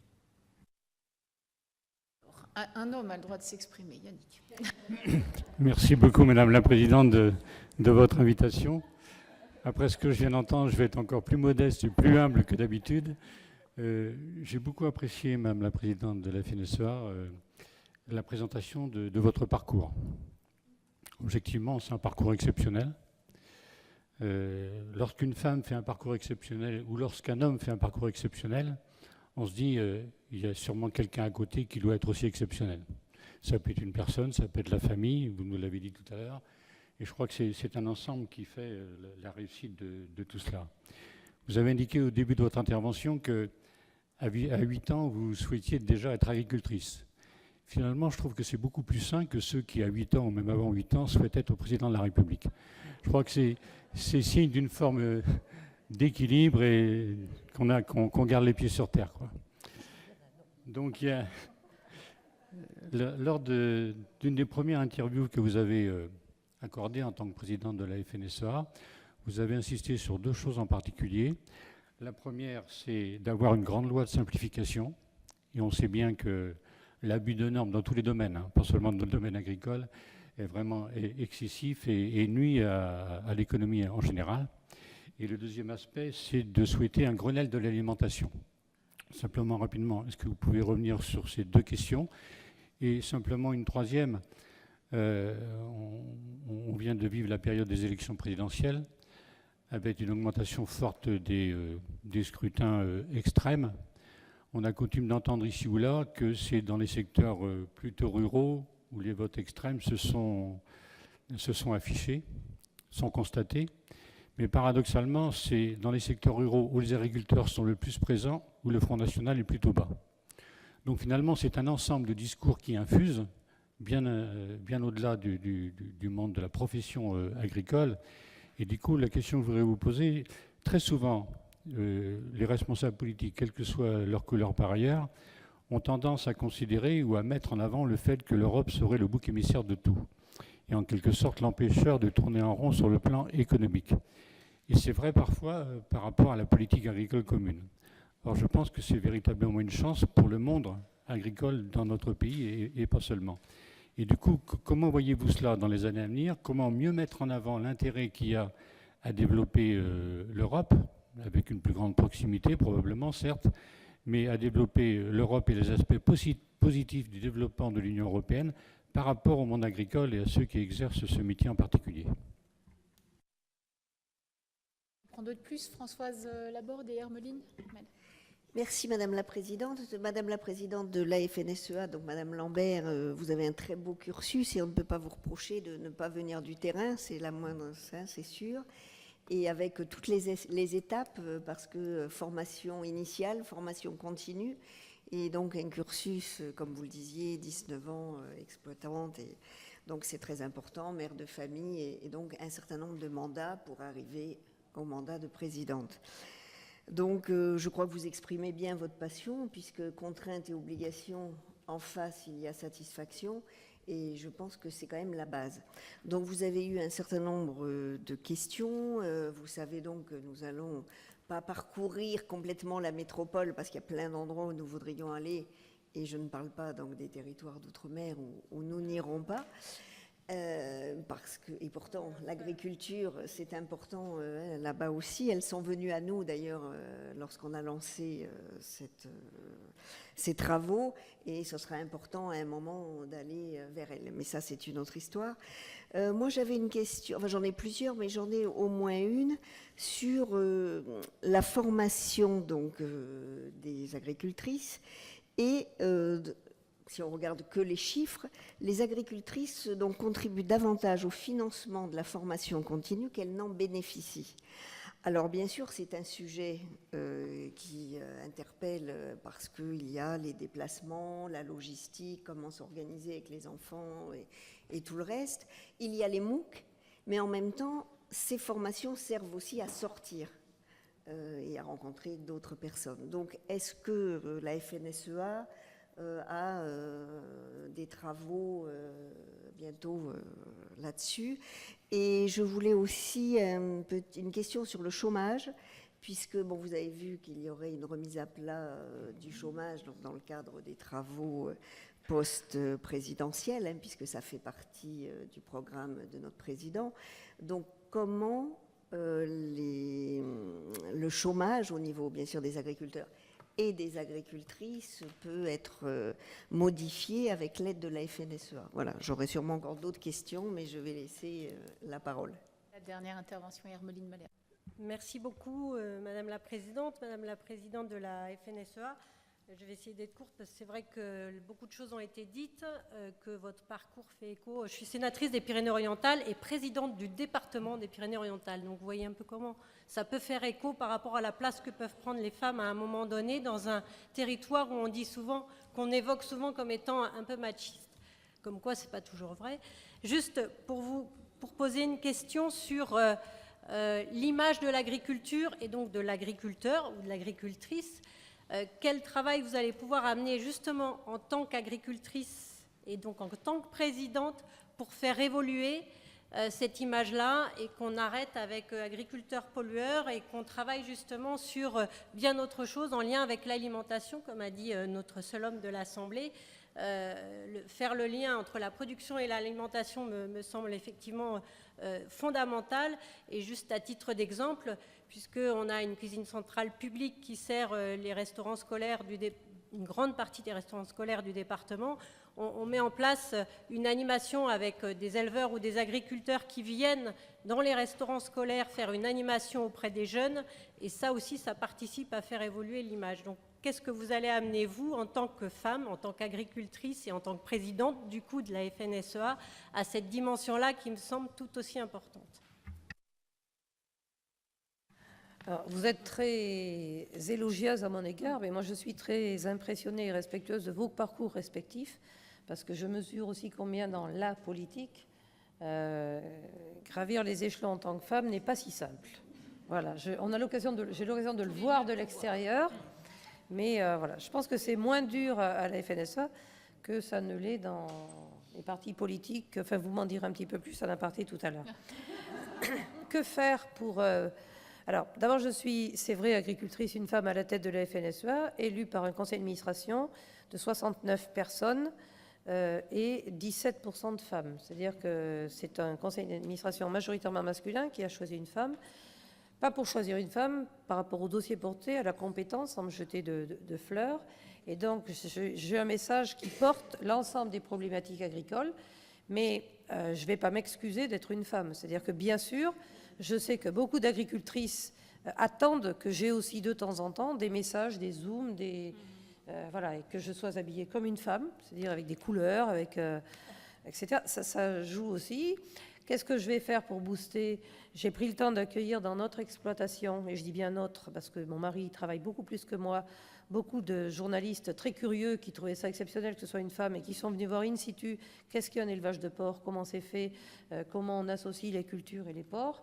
On n'a jamais vu autant de petits cochons à la télé que depuis qu'ils sont venus dans notre exploitation. Et ça, c'est très important parce que nous souffrons beaucoup de l'agriculture bashing, de beaucoup d'accusations en direction de l'agriculture portées par des militants extrémistes de la cause environnementale, pas des élus politiques écologistes, même si certains sont parfois un peu durs, mais davantage des militants qui, pour militer leur cause, exagèrent un certain nombre de problèmes et d'effets négatifs. Et donc, nous avons à montrer qui nous sommes vraiment. Et moi, mon souci, c'est vraiment... Quand j'ai décidé à 8 ans d'être agricultrice et que mes parents ont construit une porcherie, j'avais 10 ans, j'ai été l'objet de colibés inimaginables à l'école. Je revenais en pleurs dans les bras de ma mère parce qu'il y avait des railleries, des critiques, des surnoms, pas très jolis que je cite même pas, parce que mes parents étaient agriculteurs, parce que j'adorais ce métier, j'en parlais souvent, et parce que mes parents construisaient une porcherie dans le département du Cantal et il n'y en avait aucune. C'est blessant. Quand ensuite j'ai décidé d'être agricultrice, mes profs, mes maîtres de stage m'ont dissuadée d'être agricultrice en disant « tu as de bons résultats à l'école, pourquoi tu veux être agricultrice ?» Donc j'ai voulu montrer que ce métier est un métier passionnant, où on s'épanouit, un métier de compétence, un métier de réalisation, qui a ses difficultés comme d'autres secteurs. Moi, j'ai des frères et sœurs qui travaillent dans d'autres secteurs d'activité. Je vois que ce n'est pas facile ailleurs non plus. Mais c'est vrai que j'ai quelque part envie de redorer le blason de l'agriculture, qui a été trop souvent critiqué. Et beaucoup d'agriculteurs ont des bleus au cœur et comptent sur moi pour justement porter le flambeau. C'est l'agriculture décomplexée. Je suis agricultrice, j'élève des porcs, je l'assume, et je le fais dans le respect de l'environnement, parce que c'est une préoccupation constitutive de mon tempérament et de mes convictions. Et c'est possible. Et rien que ça, et oser le dire, sans s'excuser d'être agricultrice, c'est quelque chose qui est attendu aussi. Il n'y a pas une réunion départementale où je vais, entre 13h45, j'ai préparé ma réunion dans les Ardennes du 2 juin, où il me dit, on veut aussi, Christiane, que tu nous parles de toutes les attaques dont on fait l'objet, les anti-viande, les anti-abattoirs, ceux qu'attaque l'agriculture, etc. On veut avoir un couplet là-dessus. Ils ont besoin qu'on en parle de cette façon-là. J'ai la chance d'avoir des parents qui étaient éloquents et qui m'ont appris justement, et puis j'ai cultivé cette nécessité de bien communiquer, d'aller au-devant des autres en portant une parole vraie, sincère et argumentée. Et là-dessus, je suis attendue. Et je pense que c'est une plus-value parce que, bon, je ne vais pas dire qu'ils ont choisi une femme bavarde, mais quand même un peu, mais ils ont choisi aussi une femme qui est capable de se livrer et de montrer par la preuve qu'est-ce qu'on fait concrètement. Et alors, vous qui connaissez le monde de la politique et donc de l'opposition, les oppositions syndicaux disent maintenant, ouais, ben, la FNSEA, ils n'ont pas changé de ligne, mais ils ont pris une femme comme ça, hop, ça fait moderne, ça fait sympa, mais le discours ne change pas, c'est juste qu'elle fait de la communication. Moi, je veux montrer l'agriculture telle qu'elle est, telle que je la connais, mieux que quiconque. J'ai sillonné tous les départements dans tous les sens depuis 30 ans, et les agriculteurs veulent montrer qui ils sont vraiment. Et quand vous allez dans les départements, quand vous allez dans l'exploitation comme l'autre jour, je ne sais pas si vous étiez chez Sylvie Douillard, mais je l'ai vu sur la photo, voilà. Ben voilà une femme agricultrice, épanouie, impliquée, mais on n'est pas des phénomènes. Ce que je fais moi, beaucoup le font, mais moi j'ai choisi d'y passer du temps par conviction et un peu aussi par souci, voilà, militant, c'est pas le mot, mais dire, voilà, les femmes font ça, la profession sait faire ça, et partout. Et PO, les Pyrénées-Orientales, j'avais un collègue qui disait, ici, c'est le pays oublié. PO, pays oublié. On se sent loin de tout. Ben, nous, agriculteurs, c'est un peu la profession oubliée, ressentie. Ouais, mais je vous dirais qui me l'a dit, mais hors micro. Et le plus à apporter, ben, c'est justement ça. Décomplexer tout le monde, faire plus de portes ouvertes, accueillir, parler, être invité, parler de l'agriculture telle qu'elle est aujourd'hui et pas telle qu'elle est caricaturée. Parce que les jeunes aussi s'intéressent à la profession agricole, mais ont besoin aussi de sentir que c'est un métier où on s'épanouit, d'un métier attractif. Et puis, en tant que mère de famille, combien de fois mes enfants sont revenus de l'école en disant « le prof, qu'est-ce qu'il a dit là-dessus? Dis donc, les agriculteurs, vous n'avez pas bonne cote. Hein. » Donc, voilà. Donc, et ce que font les agricultrices dans les GVA que vous avez cités, avec de multiples initiatives, beaucoup plus imaginatives probablement et décomplexées aussi, des scènes de théâtre, les vêtements appropriés aux femmes, etc., etc. C'est d'une richesse incroyable. Très souvent, l'agriculture est aussi présentée comme un laboratoire social. Les CUMA, les coopératives d'utilisation du matériel en commun, c'est rien d'autre que Blablacar avec le physique plutôt que le numérique. Les services de remplacement pour les agriculteurs, c'est rien d'autre que les services à domicile avec la plateforme numérique telle que ça se met en place aujourd'hui. Voilà, on l'a fait avant, avec les moyens de l'époque, c'était le téléphone, le crayon et des personnes volontaires pour gérer les plannings. Mais le fait que l'agriculture soit un laboratoire social, parce que quand on est loin de tout, il faut tout inventer.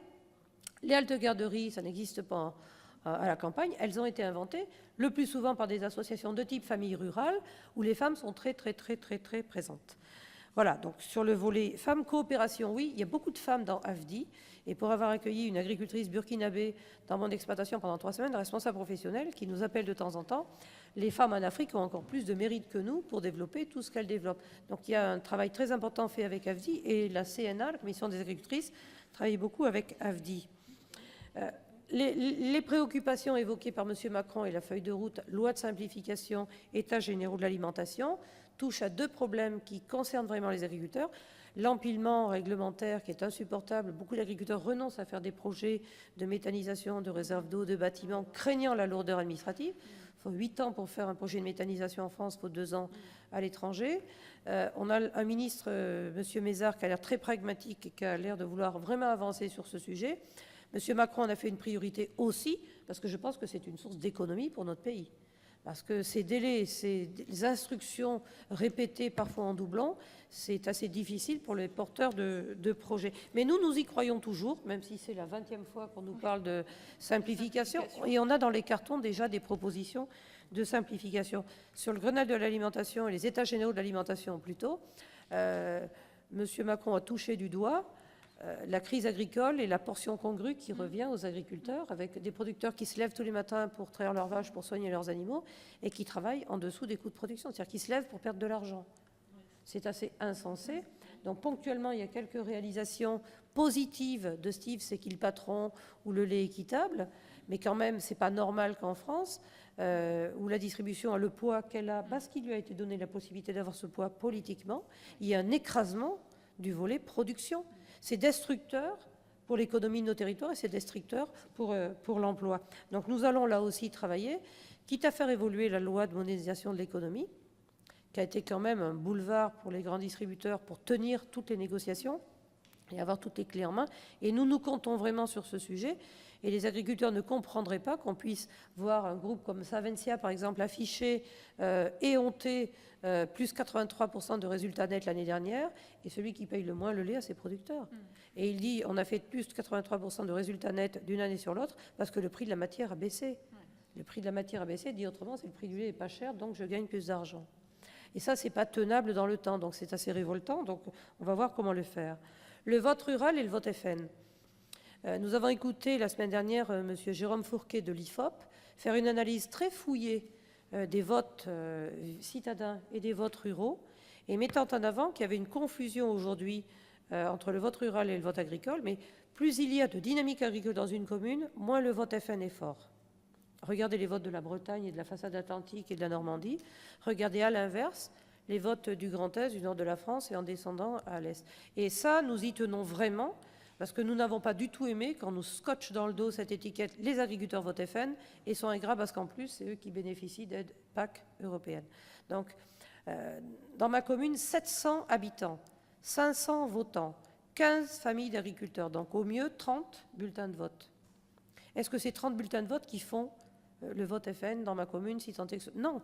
Donc, nous avions souhaité avoir des sondages très précis, nous les avons, et on peut aujourd'hui s'inscrire en faux face à cette affirmation qu'on nous a souvent balancée, mais les agriculteurs votent majoritairement FN.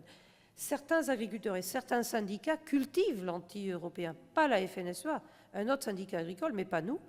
Et je crois que tous les jours, nous pouvons dire que ce soit sur la monnaie, les marchés, les échanges, la circulation des biens et des personnes, tous nos jeunes qui sillonnent l'Europe en Erasmus aujourd'hui, nous sommes, nous, très pro-européens et on sait pourquoi. Et avoir des jeunes qui vont voir ailleurs et qui découvrent tout et qui finalement décident de revenir s'installer en France, c'est quand même aussi extrêmement porteur parce que ça montre qu'ils ont fait le tour et finalement vivre en France, c'est largement aussi bien. Donc un sentiment très pro-européen qui est très développé. Et nous avons pris le parti aussi d'expliquer tout ce que l'Europe apporte à l'agriculture, à la ruralité et à la société française. Mais il a fallu lutter à contre-courant à un certain moment. Nous ne regrettons pas du tout de l'avoir fait et nous nous réjouissons de l'issue du scrutin, quoi qu'il puisse être dit, sur ce que fera le président élu. La formation des femmes. Les MOOC et les formations à distance ne règlent pas tout. Rien ne remplace le présentiel. Et ce n'est pas 100% MOOC et 100% présentiel ailleurs, il faut articuler les deux. Par contre, les formations à distance et le MOOC bonifient le travail que l'on peut faire ensuite en présentiel. Mais évidemment que l'échange et le vis-à-vis direct entre pairs est quelque chose d'exceptionnel. Ça redonne le moral aussi à des gens qui peuvent flancher par moment. L'énergie que l'on peut aller capter dans un groupe quand le groupe est actif, ça redonne de la vigueur pour toute la semaine et pour plusieurs mois parfois. Donc oui, bien sûr, il faut lever les freins pour pouvoir continuer à favoriser les formations en présentiel. Sur la question du chômage, bon, c'est un propos de campagne, hein. On va voir comment ça pourrait éventuellement se mettre en place. Le chômage pour tous, ça pourrait être problématique aussi. Déjà, nous vivons aujourd'hui une vraie difficulté à avoir le RSA ou la prime de l'emploi, la prime d'activité, pardon, pour tous, tant que ce n'est pas adapté au profil de l'agriculteur. Aujourd'hui, la difficulté que nous rencontrons, et Jacqueline s'est beaucoup battue sur ce sujet, c'est que les agriculteurs, lorsqu'ils n'ont pas de revenus, les agriculteurs ne se versent pas un salaire. Ils prélèvent un revenu quand l'exploitation est rentable. Quand l'exploitation n'est pas rentable, comme il faut quand même manger et vivre et élever ses enfants, on emprunte pour pouvoir avoir un salaire. Eh bien ça ne colle pas du tout avec les critères de calcul du RSA et de la prime d'activité aujourd'hui. Et donc on a des impasses aujourd'hui pour des familles qui ont zéro ressource, mais ce sont les critères d'accès qui ne sont pas adaptés, ce qui est quand même un comble. Alors, on y travaille avec la MSA, mais on a un Bercy extrêmement psychorigide sur le sujet. Et ça fait partie des sujets qu'on porte depuis 1 an maintenant, et sur lequel on n'a pas encore réussi à trouver la clé. les PO, les Pyrénées-Orientales et la communication, voilà un département qui a énormément souffert de la perte de production. Quand on regarde les statistiques et le recensement général de l'agriculture, les exploitations qui ont le plus disparu, c'est viticulture, horticulture, maraîchage, arbaux.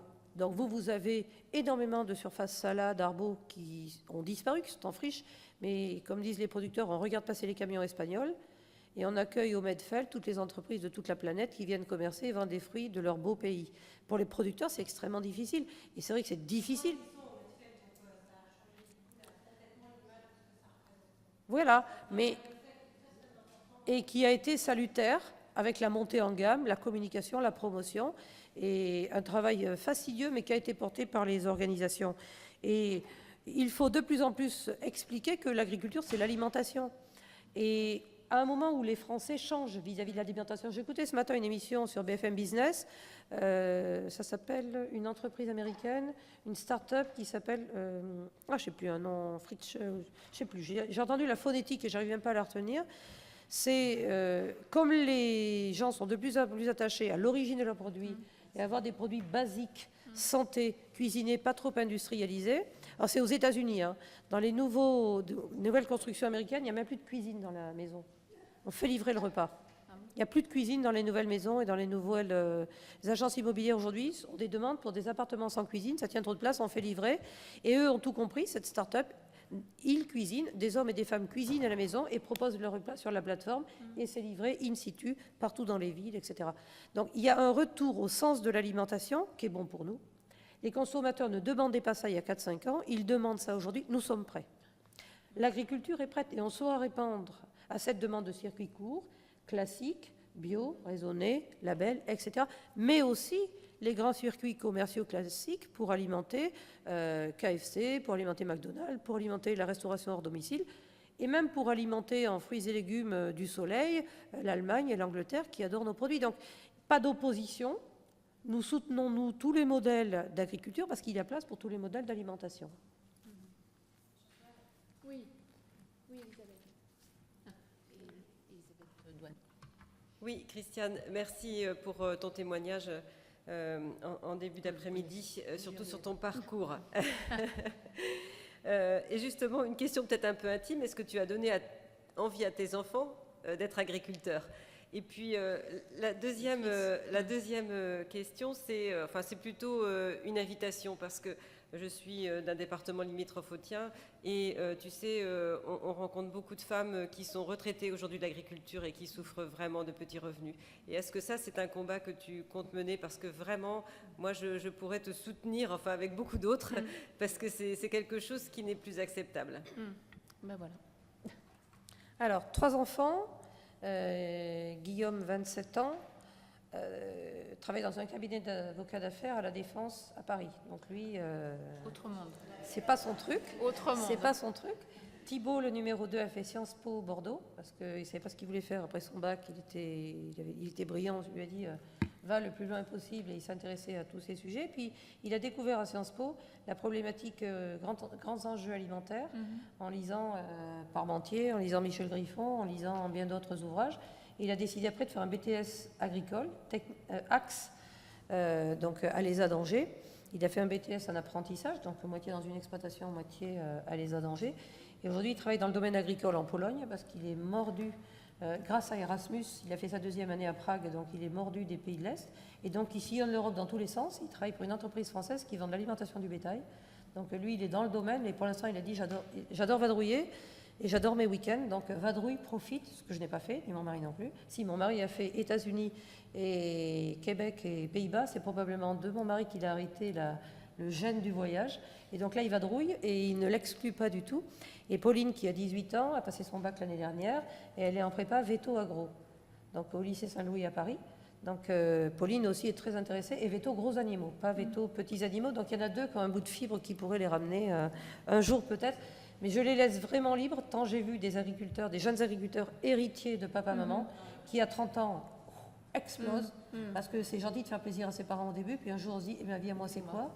Donc choix tout à fait libre. Et puis j'ai été une des militantes de l'installation hors cadre familial, en disant aussi que pour les agriculteurs c'était comme des fils spirituels ou des fils adoptifs ou des filles adoptives lorsqu'on avait d'autres jeunes qui venaient sur nos exploitations. Donc on a encore 10 ans devant nous, on vient d'emprunter pour 12 ans l'année dernière, donc on est reparti pour encore 10 ans, ils ont le temps de réfléchir. Et par rapport aux femmes, oui, alors 3 fois oui, le niveau de retraite des agricultrices non reconnues agricultrices et qui ont des niveaux de retraite aujourd'hui aux alentours de 500 € en moyenne dans la profession, même si celles qui partent aujourd'hui ont des niveaux de retraite plus élevés, on a quand même des agricultrices âgées qui ont beaucoup travaillé, qui ont une santé usée et qui ont des niveaux de retraite honteux. Donc, ce sur quoi nous nous battons, nous, c'est pour avoir un calcul de la retraite sur les 25 meilleures années, ce qui pour l'instant n'a pas l'écho à Bercy. Nous avons regardé les propositions du candidat Macron, qui a une ambition assez forte, je crois qu'il veut rajouter 200 € à chacun. En agriculture, ça fera un sacré boom, mais je crois qu'en agriculture, plus 1 point, c'est 2 milliards. Vu le nombre de retraités par rapport au nombre d'actifs, il y a 3 fois plus de retraités que d'actifs concernant le secteur agricole. Donc, quand on fait le calibrage financier ensuite, c'est extrêmement important. Par contre, il faut bien commencer un jour et améliorer déjà la fiscalité agricole pour que les agriculteurs aient envie de capitaliser les points de retraite, c'est quelque chose qui est très important aussi.